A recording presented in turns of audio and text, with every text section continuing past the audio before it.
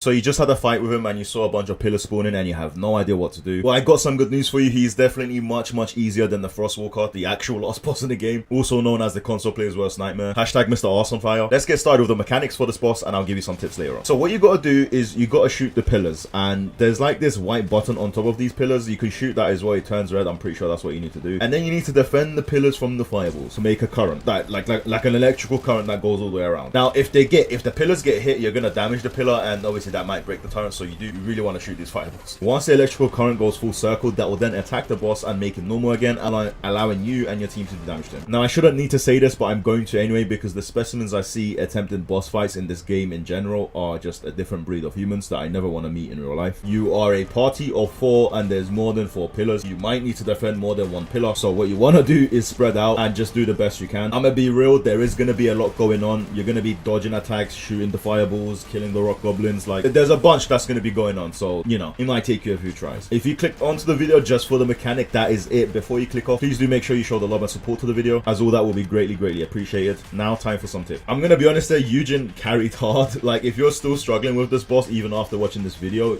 just get Eugen or have one of your friends get it, because there's gonna be a lot going on in this fight. Like, you're gonna have to, like I said, dodge the fireballs. The floor's gonna be on fire. There's gonna be fire coming out from the floor, and even those goblins are gonna try and get close and touch you up and get in on the action too. There's just too much going on, and Eugen saved me from getting distracted from trying to find like those health potions to like heal up, or like, you know, it just stopped. It made me stay focused because I knew he was gonna heal me up. Like, I am Glay, sure, I do a lot of damage, but I don't have a shield and I'm prone to going down or being on low health. So Eugen just completely just eliminates that whole threat for me, and I could just do the damage that I want to do. Also, immediately when this boss spawns in, you're going to realize how fat and chunky he is, and he has a lot of weak points. If you want to see where his weak points are, just click in your right stick. You'll see like these blue markers, like his blue, like it will look like a blue shell, blue armor pieces, you know. Shoot those pieces. He has a lot and you cannot miss him. Like, if you're missing bullets on this guy, then I don't know what to say. Like, he's a fat chunky boy.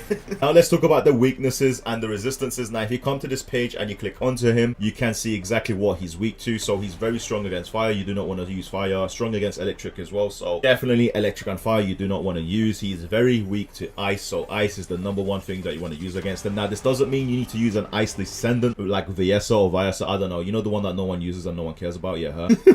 All the Viasa mains are just gonna kill me now. Jesus Christ. But what you can do is press Y onto your weapon and put on a chill mod. This will add a bit of chill. Jesus Christ, I took it off. This will add a bit of chill damage to your guns that you're using. So, you know, that would definitely help out as well. I'll give you a bit of extra damage. Now, talking about resistances, you don't need to take fire damage resistance, because as far as I'm aware, he doesn't have a one-shot move that he can do to you. Unlike certain bosses who take joy in like molesting you and your entire team. Now, in terms of helping you shoot the fireballs, it can be quite hard. Like, with everything going on, I believe that the Tamer is one of the best guns for it, because you have a lot of bullets in your magazine, and plus LMGs are so easy to use. You have a huge hitbox. You cannot really miss the fireballs, and plus the Tamer is one of the best guns in the game, if not the best, especially one of the best LMGs, and especially one of the best general round guns. I'm not going to make you click onto another video and find out how you can get the Tamer. I'm going to show you exactly how you can get it right now. What you want to do is go to your map and go to the fortress, and you want to go to this checkpoint right here, the converter facility, and do the mission right here on hard. Make sure it's on hard. I don't want to see any comments, oh, I done the mission and I didn't get the Tamer. Look, it's on hard. Look at the top left, okay? And you have a 50% chance of getting the Tamer. Honestly, with 2 attempts you can get it. It shouldn't take you that long to get. Now, if you're Glay like me and you're going for like a rocket build, an infinite rocket build, an infinite ammo build or whatever, and you want a good rocket launcher, the Vestigial Organ is a great rocket launcher, and you'll see this rocket launcher on many builds. That is because it has a high fire rate and you can just keep spamming that rocket because you have unlimited ammo. And yeah, the way you get this, I believe, if I'm not wrong, is going to be in Agna Desert at the very top. All the way at the top, there is a mission. If you just keep going up top, there you go. At the very top of Agna Desert, there's going to be a mission up here. Again, on hard mode, and again, 50% chance of acquiring it. It is a little bit longer than, you know, how you get the Tamer, but still. You shouldn't need DMRs, hand cannons, or snipers. There's not really anything specific you need to shoot. Mainly, I'd say like an LMG or something with high rounds is going to be quite useful. Now, let's talk about some good modules that you can put onto your guns. Now, regardless of what gun you're using, even if it's for like another boss or like another builder, if you're trying to just play this game normally, you definitely want to always upgrade these two to the max. Like, and I use them on every single one of my guns, whether it's a sniper, a rocket launcher, a pistol, an SMG. Do use these modules, they are really overpowered and they do amazing things. Like they just increase your DPS by a lot. If you are going to use a rocket launcher build, you should focus on also like weak point damage. It does like stack well, especially with a rocket launcher, because you can spam out those weak points and you do a chunk of damage. Like you do massive damage, and if you also increase your weak point damage and if you focus on those weak points, you are going to do just insane damage. Like that's the best advice I can give you if you are obviously using Glade Eyes. Now I have to say this as well, but guys, I see a lot of people trying to be the main character and trying to do damage and trying to be the one that carries the entire team, and what ends up happening is that there's 4 people trying to carry and everyone's trying to do their own thing, and you end up dying because you're playing more risky because you want to be the one that does the most damage. What I'm trying to say is, even though I got carried in the video clip, I made it possible for me to get carried. I didn't die. I tried to stay alive. I done my job. I done what was needed of me, at least the bare minimum. And here's, look, I saw at one point, I don't know if you saw it in the video, but Eugene was getting like stacked on up on like by those goblins. They were really trying to touch him up there, and I know he doesn't have any AoE moves. I know he needs help. He's not good at clearing those kind of things, so I kind of helped him out there as well. Like, be a good teammate, you know? If you see one of your friends struggling to, you know, destroy 2 pillars at the same time, you do it, you know? Or if you can't do it, if you cannot shoot 2 pillars at the same time and there's too much going on and you're just constantly going down and dying, by all means, stick to 1 pillar and let your friends carry. Stop trying to do the most. Sometimes doing the bare minimum is the most.